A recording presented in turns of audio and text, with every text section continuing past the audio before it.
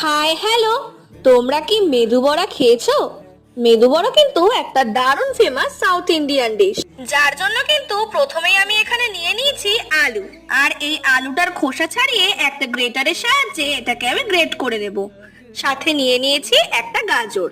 এবার কড়াইতে সামান্য তেল দিয়ে এতে দিয়ে দিলাম গোটা জিরে ফোড়ন, সাথে দিয়ে দিলাম কিছুটা চিলি ফ্লেক্স, একটুখানি নাড়াচাড়া করে দিয়ে দিলাম 1 কাপ মতো জল, দিয়ে দেবো স্বাদ মতো লবণ, স্বাদ মতো চিনি। তারপর আরো 1 কাপ জল দিয়ে এর মধ্যে আমরা গ্রেট করে রাখা সবজিটাকেও দিয়ে দিচ্ছি। যতটা সুজি নেবে ঠিক তার ডবল জল দেবে। এবার 1 কাপ সুজি দিয়ে ভালো করে মিশিয়ে নেব।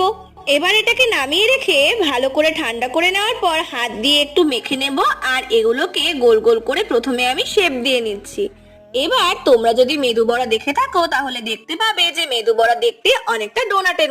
এবার সেই শেপে গড়ে নিয়েছি। তোমরা চাইলে এটাকে এয়ার ফ্রাইডও করতে পারো। আমি এখানে অল্প তেল দিয়ে